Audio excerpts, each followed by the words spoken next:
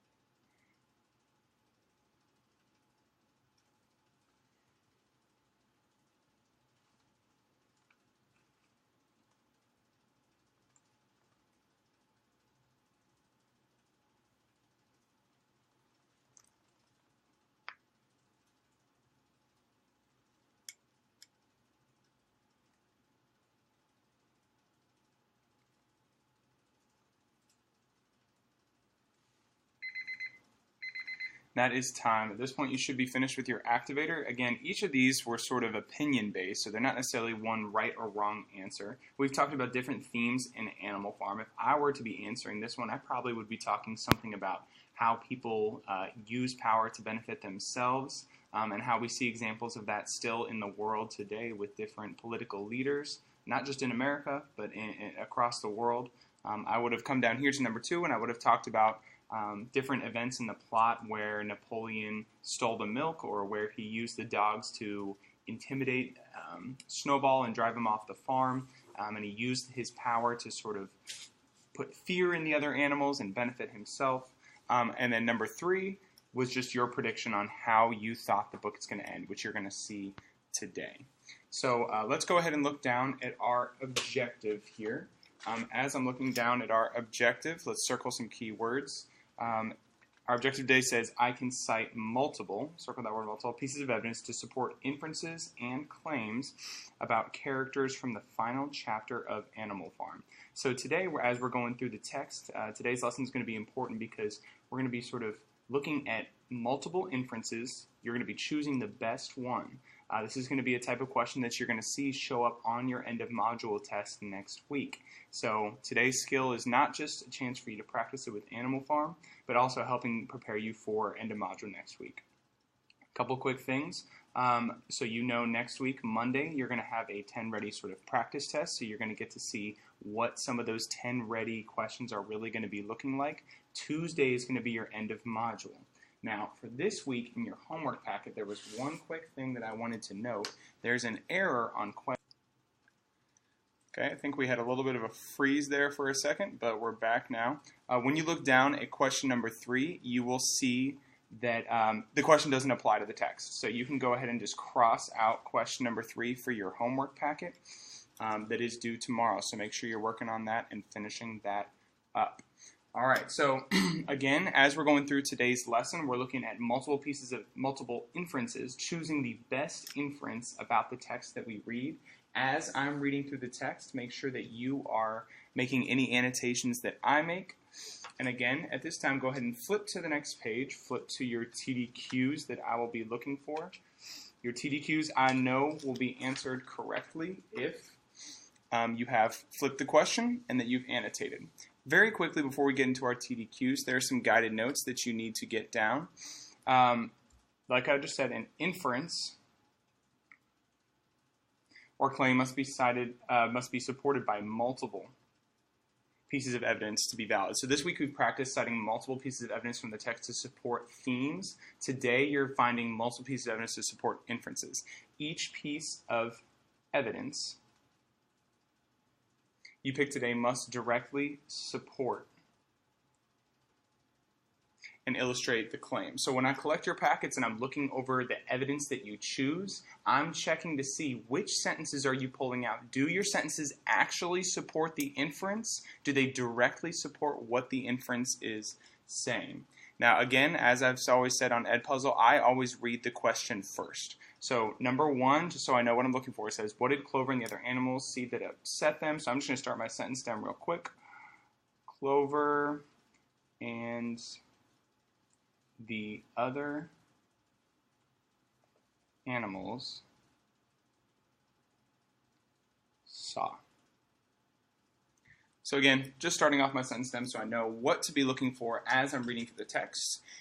At this time, go ahead and take out your copy of Chapter 10, the final chapter of Animal Farm. Final one here. And we're picking up on page 132. So we're starting sort of towards the end of the chapter. If you remember, when we left off Chapter 9 yesterday, we had seen that some of the pigs had started to make rules and create policies on the farm that were just meant to benefit themselves. So you might remember that that Napoleon's baby pigs were going to be educated in the farmhouse with just him. There was a rule that if you were an animal and you were walking along, you had to step to the side for other pigs. You remember that their rations or their food were being cut back. So all these promises that they had before the revolution, before they kicked off Mr. Jones, aka the Tsar of Russia, really haven't come to be a better quality of life for the animals. Have that in your mind as we're going through the text today. We're actually going to begin down here where it says, it was just after the sheep had returned. So remember, as we're starting off here, to be following along, making any annotations that I make, and that you are checking your paper to make sure it matches. Okay, here we go. And again, I'm looking for that answer to number 1. It was just after the sheep had returned on a pleasant evening when the animals had finished work and were making their way back to the farm buildings that the terrified neighing is like the sound a horse makes, of a horse sounded from the yard. Startled, the animals stopped in their tracks. It was Clover's voice. She neighed again, and all the animals broke into a gallop and rushed into the yard. Then they saw what Clover had seen. It was a pig walking on his hind legs. There's my answer to TDQ number 1, so I'm going to underline, and I'm going to say TDQ number 1. I'm going to circle a couple of our characters' names and label them with C. So I'm getting those major key annotations. I'm also going to label this as a potential P, a potential problem. It was a pig walking on his hind legs. So I'm here to TDQ number 1, Clover and the other animals saw one of the pigs walking on 2 legs. That surprises me because I remember at the beginning when the animals first had their revolution, they said that 4 legs is good, 2 legs is bad. Humans are bad, and now the pigs are walking on 2 legs. That's interesting to me. Now I look at question 2. Which characters specifically do they see doing this? So now I'm going to be looking for which characters do they see walking on their 2 legs. Of course, I'm not going to actually go through and answer all the TDQs. As you go, if you need to pause it while I'm reading because you see answers to some of the questions, that's totally fine. Here we go. I'm at the top of page 133. We're going to continue going. Again, if you need to pause at any point to get your TDQs and read ahead to see what you're looking for, do so, but I am not going to be stopping to answer all the questions. Yes, it was Squealer. A little awkwardly, as though not quite used to supporting his considerable bulk. Bulk is like his weight in that position, but with perfect balance. He was strolling across the yard. And a moment later, out from the door of the farmhouse came a long file of pigs, all walking on their hind legs. Some did it better than others. 1 or 2 were even a trifle, that means like a little bit, unsteady, and looked as though they would have liked the support of a stick. But every one of them made his way right around the yard successfully.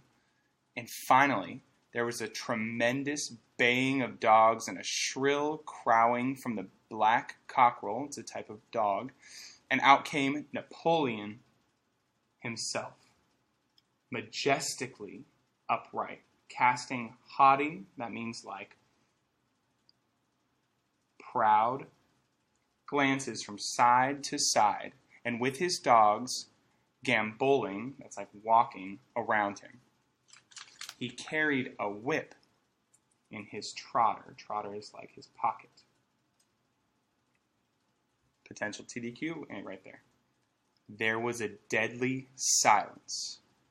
Amazed, terrified, huddling together, the animals watched the long line of pigs march slowly around the yard. It was as though the world had turned upside down.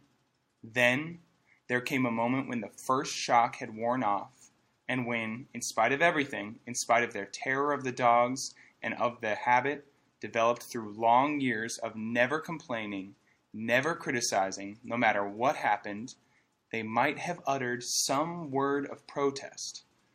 But just at that moment, as though at a signal, all the sheep burst into a tremendous bleating of potential TDQ here.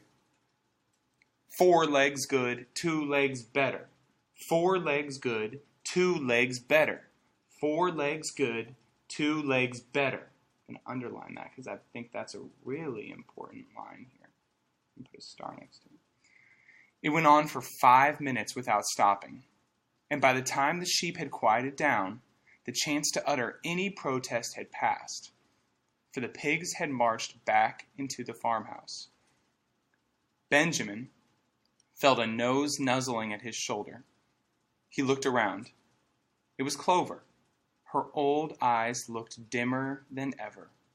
Without saying anything, she tugged gently at his mane and led him round to the end of the big barn where the 7 commandments were written. For a minute or two, they stood gazing at the tarred wall with its white lettering. "My sight is failing," she said finally. "Even when I was young, I could not have read what was written there. But it appears to me that the wall looks different. Are the 7 commandments the same as they used to be, Benjamin?" For once, Benjamin consented, means he agreed, to break his rule, and he read out to her what was written on the wall. There was nothing there now except a single commandment. It read, "All animals are equal, but some animals are more equal than others. I'm going to put a star next to this, and I'm going to underline that because I think that's a really important line. I remember that was on the cover of the book. All animals are equal, but some animals are more equal than others. Top of page 135. After that, it did not seem strange when the next day the pigs, who were supervising the work on the farm, all carried whips in their trotters. It did not seem strange to learn that the pigs had bought themselves a wireless set, were arranging to install a telephone, and had taken out subscriptions to John Bull, Titbits, and the Daily Mirror, all magazines that the humans would have read. It did not seem strange that Napoleon was seen strolling in the farmhouse garden with a pipe in his mouth. No, not even when the pigs took Mrs. Jones's clothes out of the wardrobes and put them on, Napoleon himself appeared in a black coat, rat-catcher breeches, which is a type of clothing, and leather leggings, while his favorite sow, which is like the baby pig, appeared in the watered silk dress which Mrs. Jones had been used to wear on Sundays. Final paragraph. A week later, in the afternoon, a number of dog carts drove up to the farm. A deputation, circle that just means like a group of neighboring farmers, label that C, that's important that the farmers are coming, had been invited to make a tour of inspection. They were shown all over the farm and expressed great admiration for everything they saw, especially the windmill. The animals were weeding the turnip field. They worked diligently, hardly raising their faces from the ground, and not knowing whether to be more frightened of the pigs, or of the human visitors. I'm going to label that P, and I'm going to label my characters here, the pigs and the humans. So we're going to stop there for your TDQs. At this time, if you need to pause the timer so that you can go back through these 3 pages that we've read and make sure that you have annotated your text, make sure that you've answered numbers 1 through 7 and you flipped the question, please pause the video at this time so that you can go back through and do so. We're now going to move into our task today. We said that our objective was to be able to cite multiple pieces of evidence in order to be able to support inferences that are in the text. So on next week's end of module, you're going to see questions that look like this. Which of the following inferences is best supported by Chapter 10? Circle 1. And they're going to give you 3. There's only one right answer. There's only one inference that is best supported by the text. So you need to be thinking, as you read through inferences like this, the first thing you need to think is, what happened in the chapter that would support this inference? If there's nothing that happened in the chapter to support that inference, that's probably not a valid or correct inference. So I'm going to model my thinking for A, B, and C. I'm going to allow you to take a second to try and pick your answer, and then I'm going to walk through my thinking. Inference A. The pigs have completely abandoned the original beliefs of animalism. Remember that animalism was like what they believed at the beginning. All those 7 commandments that Old Major laid out. The animals believe they must rise up in revolution against the pigs. Or C. The pigs are cruel leaders who are planning on killing every animal on the farm. Take 30 seconds and decide which one of these 3 would you pick if you had to choose, and circle your answer, please. 30 seconds, go.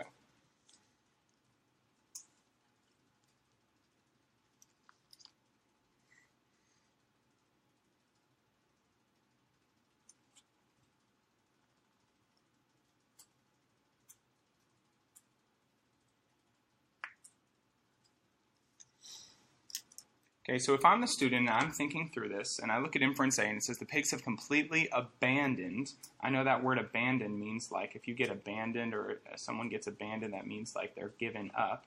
They've completely given up the original beliefs of animalism. I remember in the text that a couple things happened that could support that inference. I remember that some of the pigs are starting to walk on 2 legs. I remember that all the 7 commandments are gone. The only one left is saying that some animals are better than others. So I'm going to put a star next to A. I think A might be right, but I'm going to keep going. B says the animals believe that they must rise up in revolution against the pigs. Now, even though the animals' quality of life is not better, I don't remember anything in the chapter where the animals are talking about rising up in revolution. If anything, they're just being obedient, kind of like the peasants were in Russia, and they're not saying anything. So I'm going to cross out B. I get it down to C. The pigs are cruel leaders. I agree that the pigs are cruel leaders. There's a lot in the text that supports that, but let's look at the second part. Who are planning on killing every animal on the farm. Now, even though the pigs, I remember that the pigs had whips in their hands, they were walking around, Napoleon had the dogs with him, and they were definitely trying to make the animals afraid, but are there details that show that they were trying to kill every animal on the farm? I don't think so. So I'm going to cross out C, and my correct answer was A. So I'm going to go ahead and say I chose answer choice A because, and I'm going to explain using my own words, because in the text, the pigs had, oh, sorry, let me zoom out a little bit. That's too much.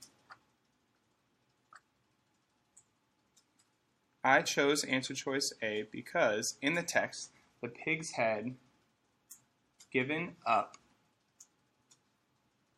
the original 7 commandments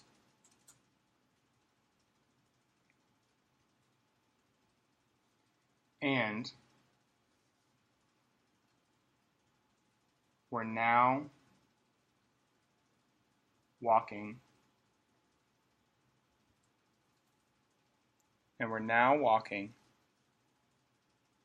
on 2 legs.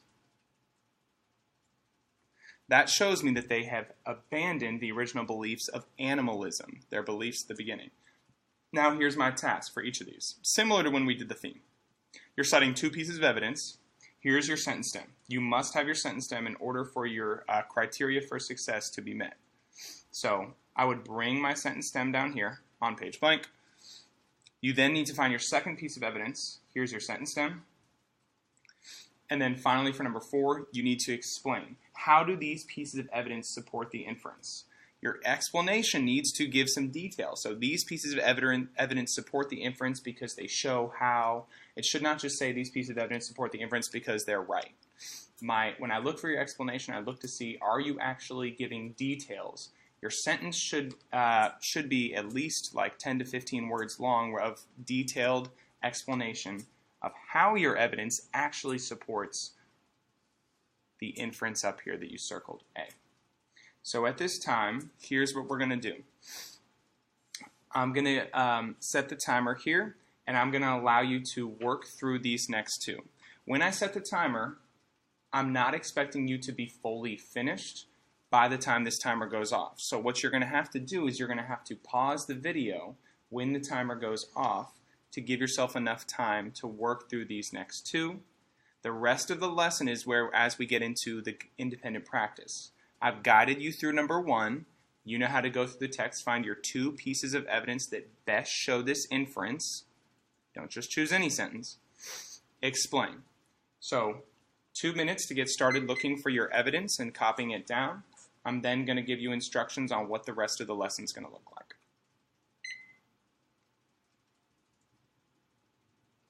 Begin. Find your evidence.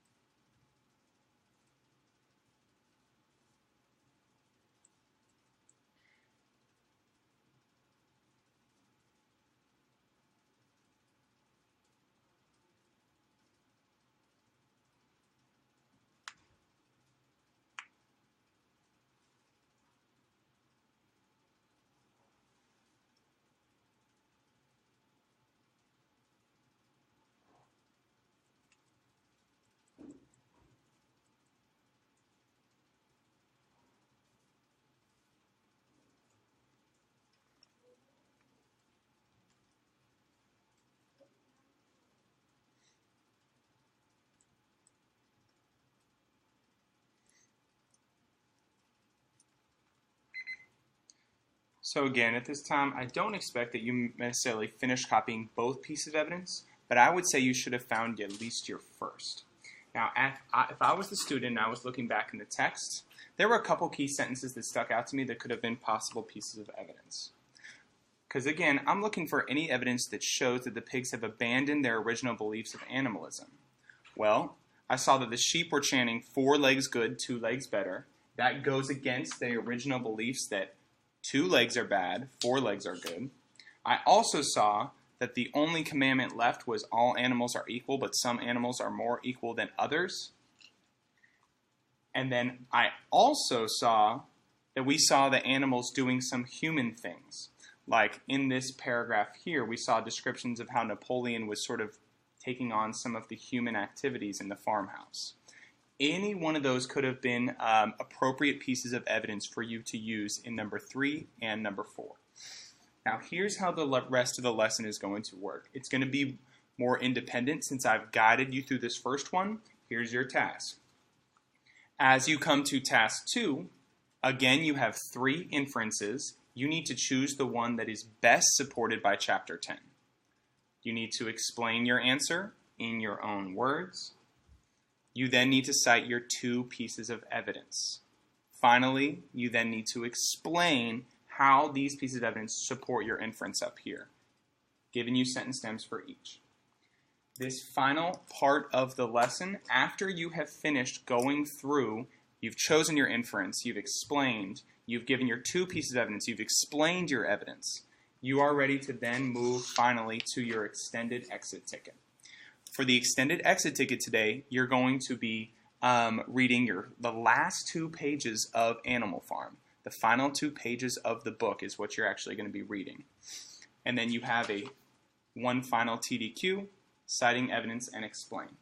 So as I'm putting this final timer up, the rest of this lesson is going to be up to you.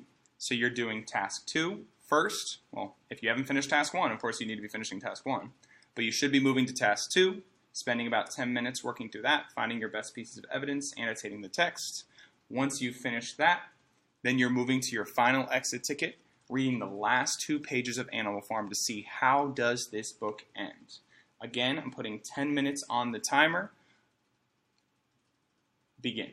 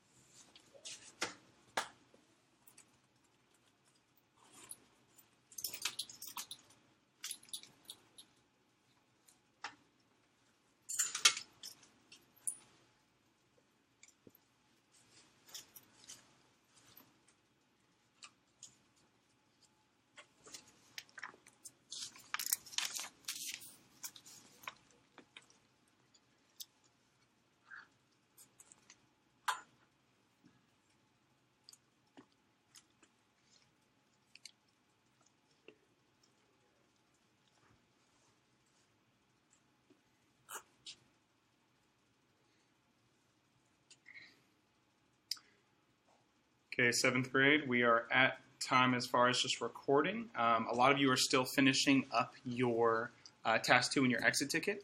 That's totally fine. Even though the video is about to stop, please go ahead and make sure you're finishing up all of your work so that you're finishing strong. I will come around to check your packet to give you that grade at the end of class. If you are fully finished with your packet, totally fine. I ask that you have a dear book out, and thank you for working hard this